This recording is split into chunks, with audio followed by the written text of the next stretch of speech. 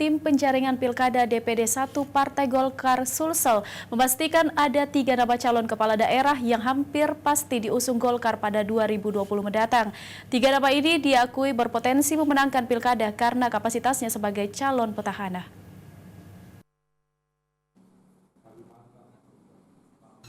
Proses tahapan wawancara yang dilakukan Tim Penjaringan Pilkada DPD 1 Partai Golkar masih berlangsung.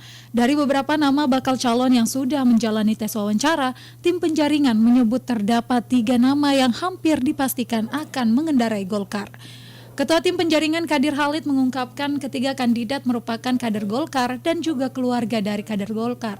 Ketiganya yakni Ketua Golkar Selayar yang juga Bupati Selayar Basli Ali, Ketua Golkar Luwu Timur sekaligus calon Bupati Petahana Thorik Husler, dan juga calon Bupati Petahana Luwu Utara Indah Putri Indriani yang merupakan istri dari Ketua Golkar Luwu Utara Muhammad Fauzi.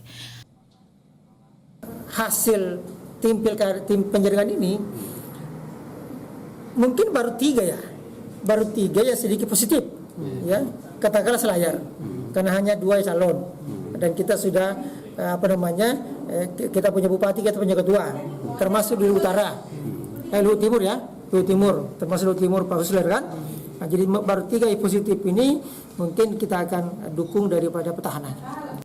Ketua Badan Pemenangan Pemilu DPD 1 Golkar Sulsel ini menambahkan, ketiga bakal calon tersebut dianggap punya peluang besar terpilih karena ketiganya merupakan calon petahana.